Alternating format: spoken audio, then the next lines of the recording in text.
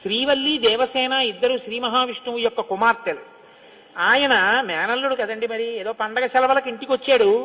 ఇంటికి వస్తే లక్ష్మీదేవి ఆయన్ని చూసి అందిట, మురుగన్ అంది. మురుగన్ అంటే మేనల్లుడు అని. మరుమగన్ అన్నట్టు విష్ణువు. మరుమగన్ అంటే చాలా అందగాడు అన్నట్టు. ఇద్దరు అలా అనుకోవడం ఎందుకో తెలుసా అండి, మన పిల్లలకు బాగుంటాడు. వల్లి దేవసేన ఇద్దరిని ఇచ్చి సుబ్రహ్మణ్యేశ్వర స్వామి వారికి కళ్యాణం చేశారు. వల్లి దేవసేన ఇద్దరిని తనకి భార్యలుగా చేసుకున్నాడు కాబట్టి శైవ వైష్ణవాలు రెండు సుబ్రహ్మణ్యుడి వల్లే బియ్యం ఉంది.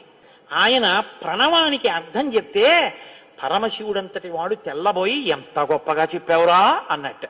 నాన్నగారు అలా అంటే కుదరదు, ఇది ప్రణవ రహస్యోపదేశం కదా, మీరు కూడా మడి కట్టుకుని వచ్చి శిష్యుడిగా కూర్చోండి చెప్తానన్నట్టు. ఒరే ఎంత బాగా చెప్పావురా అని వచ్చి కూర్చుని విన్నట్ట. శివుడంతటి వాడు ఇంత బాగా చెప్పగలిగిన కొడుకు పుట్టాలని కదా కోరుకున్నాడు. ఆత్మాదిచ్చేత్ పుత్రాదిచ్చేత్ పరాజయం. తండ్రి గారికి ఆ కోరిక తీరిందటువంటి బ్రహ్మజ్ఞాని పుట్టాడు. ఆయనే తరువాతి కాలంలో కేవలం పాలు తాగి పెద్దవాడైపోయాడు అంతే. అయిపోగానే ఆయన్ని దేవసేనకి తీసుకొచ్చి పట్టాభిషేకం చేసేశారు. సేనాధిపతి అయిపోయాడు. తారకాసుర సంహారం చేశాడు. దేవతలందరూ సంతోషించారు. అమ్మ అందమంతా మూర్తిభవించి ఉంటుంది. అందుకే ఇంతంత బుగ్గలు, ఎర్రటి మనిషి, ఆహారాలు, చిన్న పట్టుబట్ట, ఎప్పుడు అమ్మ శక్తి అంతా చేతిలో శూలంగా పట్టుకుని ఆ కుక్కుట ధ్వజం, ఆ నెమలి మీద కూర్చుంటే